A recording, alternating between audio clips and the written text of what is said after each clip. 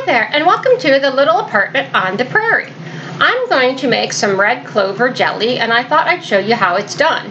Now, when I say red clover, I mean these purple blossoms that you can see growing in fields all over the place. They don't look so red, they look more purple, but it's called red clover. And they're perfectly edible. You can eat the flower. It doesn't have a whole lot of flavor. When you make it into jelly with some sugar, it tastes really good. Like this is rather bland, but you could just snack on a handful of them if you wanted. You can toss them on a salad. Feel a little chewy. Okay. I recently did a video on foraging for red clover and some other plants, and I'm going to put a link to that down in the description. I've got about 4 cups of these blossoms. I pulled off the green leaves as best as I could. Washed them off because you get little ants and stuff in them. And the first step to making jelly is you're going to make kind of like a tea out of them. So I'm going to put these in a gallon pitcher. And I've got some water boiling. As soon as it's done, I'm going to fill this up with water. And then I'm going to let it steep for about an hour. And then I'll strain it. And I'll let you see how I do that. Sassy, don't go by that stove. You're going to burn your little feet. Ugh, you see her? She's like fascinated by what's going on up there. Okay. So, red clover jelly. It's hard to describe what it tastes like. I mean, try to describe to somebody what, I don't know, applesauce tastes like, or bananas, or whatever. I mean, it's hard to describe, but it's a... Come here, you. Yes, come here. It's kind of a light, delicate flavor. It's a little flowery. I think it tastes a little bit like apples. Isaac, hush, come here. Do you want to bring me your Kong? Bring me your toy. So, anyway, it's hard to describe the flavor. Gotta get the Kong. But it's really good. Sassy likes to eat red clovers or to chew on them and play with them anyway, which is ridiculous. Who ever heard of a cat? They like to eat flowers, right? You're a silly girl. So it's a really unique flavor. It's easy to make. All you need is the red clover, some water, then you're gonna mix, you're gonna strain it and make basically like a tea or a juice from it. Then you need sugar and pectin and a little bit of lemon juice, and it's really easy to make, and it's good and it's unique, it's different. Alright, so I'm gonna go ahead and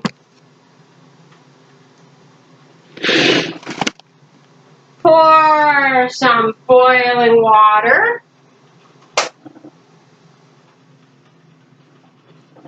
into my pitcher. And it's just, I don't know, somewhere between half a gallon and a gallon of water. I don't measure the water, you know. I'm just going to let that steep for about an hour. And then when it's done, we will strain it. And then what I'm going to do is stick it in the refrigerator until tomorrow when I'm ready to actually make the jelly. Okay, so it's been almost an hour, and I'm going to go ahead and strain this liquid that I've been steeping the red clovers in. And what I'm going to do is take a big bowl, and I'm going to set a strainer on top of it.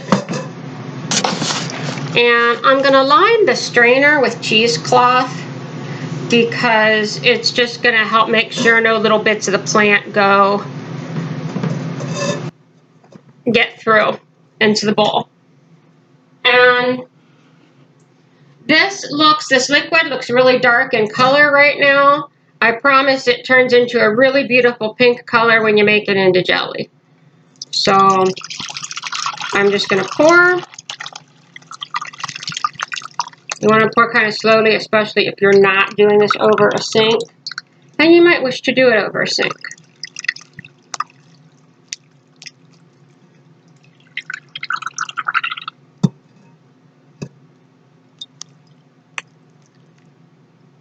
I'm just checking to make sure I don't pour more than will fit in this bowl. So I've got a bowl full of it. And I'm going to actually stick the bowl in the refrigerator to keep it till tomorrow, till I'm ready to... Oh, oops, there goes my camera. Okay, I'm going to actually stick the bowl of liquid in the fridge till tomorrow when I'm ready to make my jelly. The flowers that are left over, you can compost, feed them to your chickens, whatever. And I'll be back tomorrow to show you how you make this stuff into jelly. Alright, it is now 2 days later, because yesterday I just had so much to do I did not get around to making jelly, but now we're ready to make our jelly. I have my apron on. Jelly gets very hot and sticky when you're making it, and it will splatter. So I'm going to give you a tip. Make sure you have all your jelly ingredients ready before you start. I have all my things except my jars, which are in a basin of very, very hot water. But I've got my pectin, my lemon juice, measuring utensils, my jar lifter, which is this nifty thing that picks up the jars out of boiling hot water. Got my funnel, my ladle, my spoon. I've got a candy thermometer because the best way to make sure your jelly will set is to get it up to the right temperature. Something else you want to do to get ready is if you have nosy cats like Sassy or dogs like Isaac that will bug you, is give them something to occupy them or lock the nosy cat in the bathroom. So I've got my water bath canner here. It's just a big pot. And there's water in it. I'm waiting for it to boil. Now I'm going to start making the jelly. So I've got this liquid, which I know is this ugly brownish looking color, but I promise it's going to look pretty when it's done. That we made when we steeped the flowers and then strained them. So I'm going to start by pouring 3 cups of that into my big pot. And this is my big stock pot. When you make jelly, use a bigger pot than you think you're going to need, because when you add sugar and stuff, that jelly just bubbles up like crazy. So I'm going to put in 2 tablespoons of lemon juice, which I don't know if it really affects the flavor much at all, but it increases the acidity, which makes it keep better. 2 tablespoons, and I just use real lemon juice in a big jug. I got like a 2-pack of these from Amazon, and it lasts me forever. I've got the heat turned on the pot, waiting for it to boil. And I use this pectin from Hoosier Hill Farm. You can buy little packets of pectin. I use powdered pectin. You can get liquid, but this recipe calls for powdered. And the recipe calls for a 1/4 cup. And I always make that kind of a heaping cup because I just find it sets better that way. And I'm going to sprinkle it in and stir while I sprinkle, because I don't want big lumps of pectin. So I'm gonna just kind of sprinkle it in slowly. The only other ingredient is sugar, which we're going to add after this is boiling. And it's going to take 4 cups of sugar. Well, the recipe actually says 4 1/2. I kind of go with 2 cups and then 2 heaping cups, if that makes sense. So I might go a little bit less than 4 1/2, but it's more than 4. And it sounds like a lot of sugar. Jelly recipes always have a lot of sugar, or almost always. There are low sugar recipes out there. The thing is that the sugar helps preserve the jelly and helps make it set. So if you just look at this recipe and go 4 cups of sugar, that's way too much when you've only got 3 cups of your liquid. I'm going to cut it in half, and you might think it tastes fine.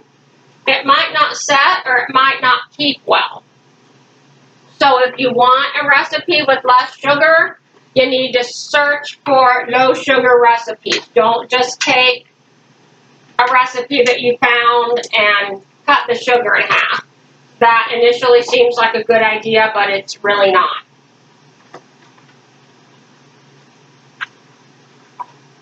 So I've got these big chunks of beef bones that were in my freezer, and I want to give Isaac one to entertain him when he's finished with his dinner, which he's almost done with now.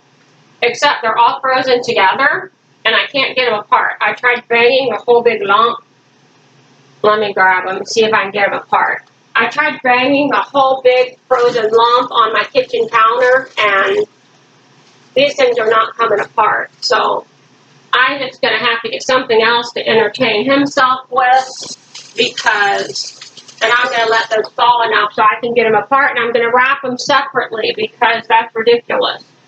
So he's going to get spoiled and get like a hot dog in his toy, because once your jelly starts to boil, you kind of don't want to walk away from it.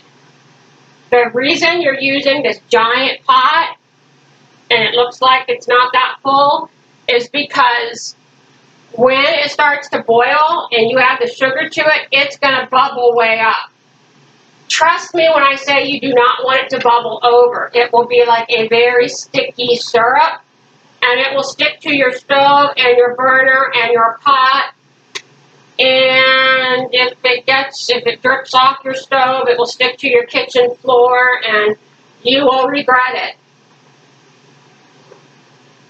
Happened to me once. I used to have one of those flat top stoves, like the glass tops.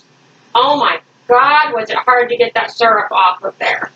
It took me forever. I thought I was never going to get it off.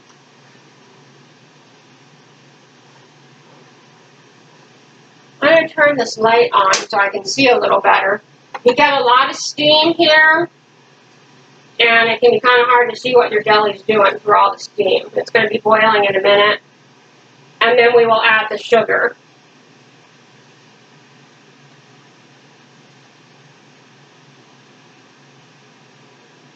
I'm going to let it wait until it's really boiling really good, not just a little boil. Okay, and then I'm going to add my 4 cups of sugar.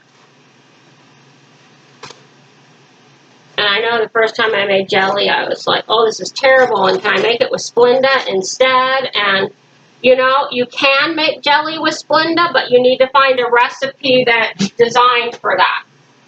When you first put your sugar in, it'll kind of make it stop boiling or boil less vigorously for a minute. Then it'll start boiling very vigorously again. I've got some sugar that's like kind of lumped together, but when I put it in here, it's really hot. I think it'll just dissolve it. So there we go. There's our sugar.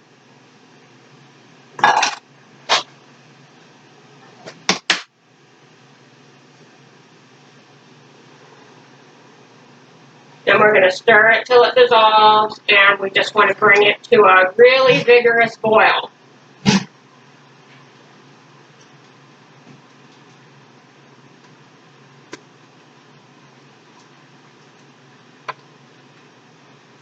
And you will read about different methods for making sure your jelly is like that you cooked it enough and it's thick enough and it's ready, it'll set.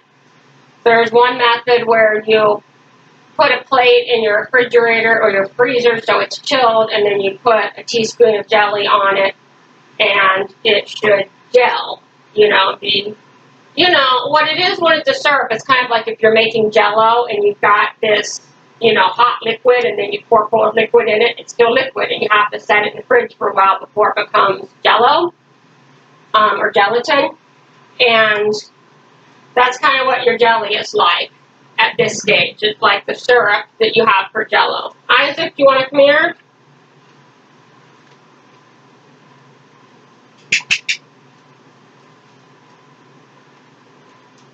If you want something in your toy, now's the time to bring it, baby. Come here. And I put a small cookie sheet on my stove to set all my ingredients on, because that just works best for me. It's easiest for me. I can have all my stuff right there, and when I start putting stuff in my jars, it won't be tipping over because it makes a flat surface for it. And for a few minutes, it's going to be a little boring because you're just going to stir a lot. When it starts boiling really vigorously, then you're going to let it, you're going to keep stirring it and let it boil, I mean really vigorously, for about 2 minutes. And then you'll check the temperature. And it won't be quite high enough. You want to get the temperature up to about 200, 210 degrees. It's kind of like, it's a little below the softball stage if you're making candy.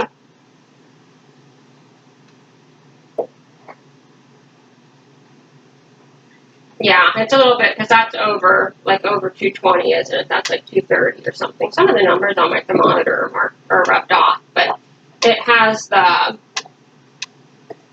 it marks on there softball stage, hard ball stage, or hard whatever, the different stages. I don't make candy. So it's really bubbling now. So I'm going to look at the clock. It's 12:03.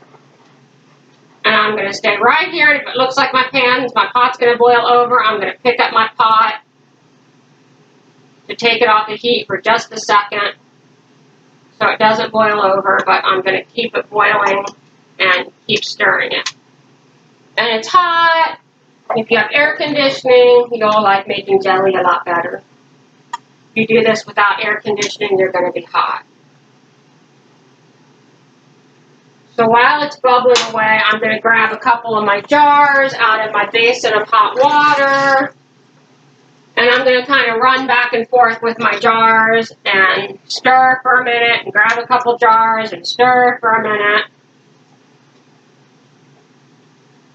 If you've got small children, you probably want to do this when they're not around or someone else is watching them. It really is, this jelly is very hot. It's hot, boiling, syrupy liquid. If you spill it on yourself, it'll kind of stick to you. It'd be really easy for kids to get hurt. I wear an apron. I've got it on my clothes before. It doesn't protect my arms, but at least my, it kind of protects my clothes. And give it another minute, and then we'll check the temperature. And I'm going to stick a lid on my canner because that water's starting to boil. I don't want it to boil away. Alright, so let's see what our temperature is right now.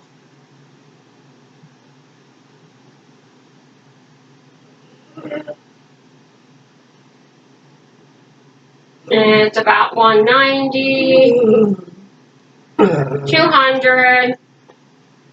Alright, now let it get just a little bit hotter. Give it another minute. Isaac, come here and I will give you another treat, you spoiled dog. Come here. Bring it. Gotta bring your Kong. He's like, Mom, did you not notice my Kong is empty?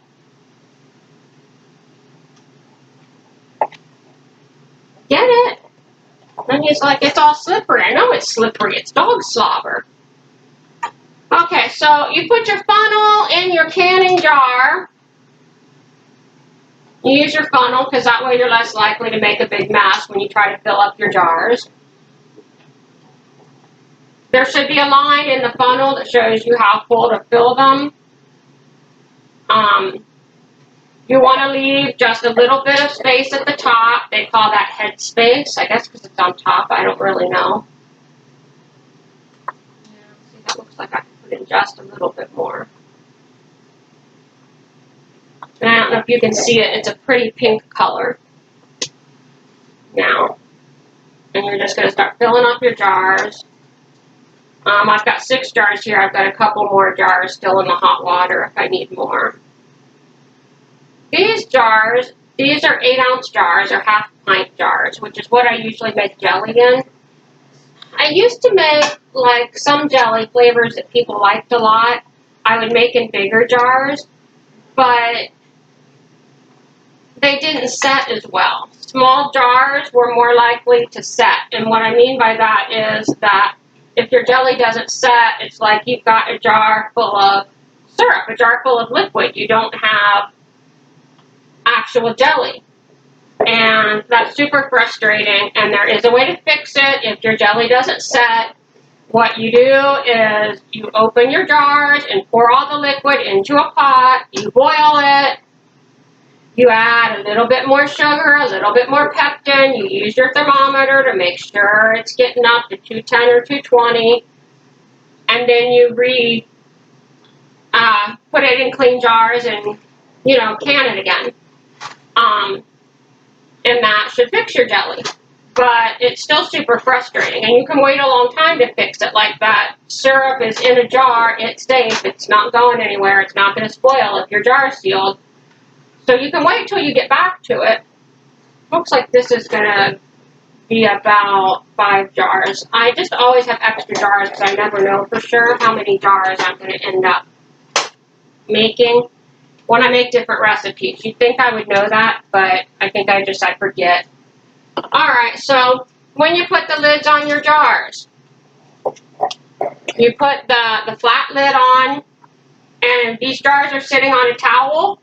So what I'm going to do is twist the lid, the ring, as tight as it'll go around without picking up or holding the other end of the jar. I'm going to figure out how to say that. And I'm going to wipe a couple of these rims, because usually you don't drip when you fill them, but you might drip on them when you're bringing your ladle across to fill up another jar. And you don't want to have jelly on the rim of your jar because it will interfere with the lid sealing properly. So you put the lid on, put the ring on or the band, you can call it either one. Turn it as far as it'll go with one hand before the jar itself starts to turn. And they call that fingertip tight. I don't know why it's called fingertip tight, but it is. And the best way to do it is if you set your jar on a towel and see when the jar itself starts to turn, you're making it too tight.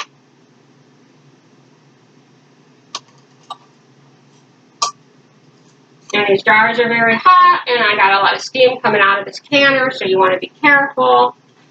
I need one more lid.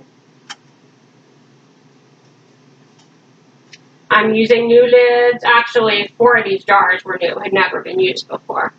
Alright, my jar lifter. And the lid to this water bath canner is going to be hot. If you don't have a water bath canner, they're not expensive. You can buy them at Walmart or buy them on Amazon. But you could also just use a big pot like a stock pot. Pick up the jars in the jar holder. Set it in the water. You want the boiling water to cover the jars by 1 inch or 2. The pot doesn't have to be all the way full of water, but you want the top of the jars to be covered.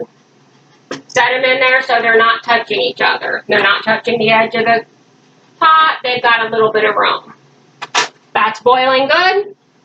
I'm putting the lid on it. Gonna let them go for 10 minutes. If I were doing pint-sized jars, I'd let it go for 15 minutes. But if these are just half pint, it's going to go for 10 minutes, and then we'll be back and take them out. Alright, it is almost time to get the jelly out of the canner. And again, you're going to want to be really careful because everything's going to be hot. You've got a pot full of boiling water. Isaac, come here. I'll give you another treat. I don't know if you heard him whining. He's whining. You gotta come here. I'm not bringing it to you. This isn't room service. Right? Give me that. Okay, so you want to have a place set up where you're going to put your jars when you take them out of the canner. And you can put them on your counter, your kitchen table, or whatever. You want to put like several layers of towels, or I have a couple of mats I made out of, this was a piece of flannel, and I quilted it. And I discovered it wasn't thick enough because it still damaged my kitchen table. I'm just going to set these on the counter right here because I don't need a lot of space. It's only 5 small jars. But you want to have a place set up to put your jars, and you're not going to just want like one towel on your kitchen table because it'll damage the wood or whatever your table is made out of. So use a towel or a pot holder or something to pick up the lid off your canner because it's going to be hot. You got boiling water in there. I'm going to, ouch, see, it just stopped me. You can turn that off. Use my jar lifter to pick up the jars and set them on the counter.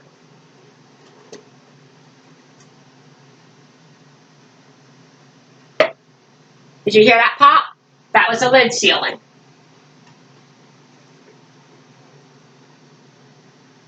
We hope we hear more pops. There's 2.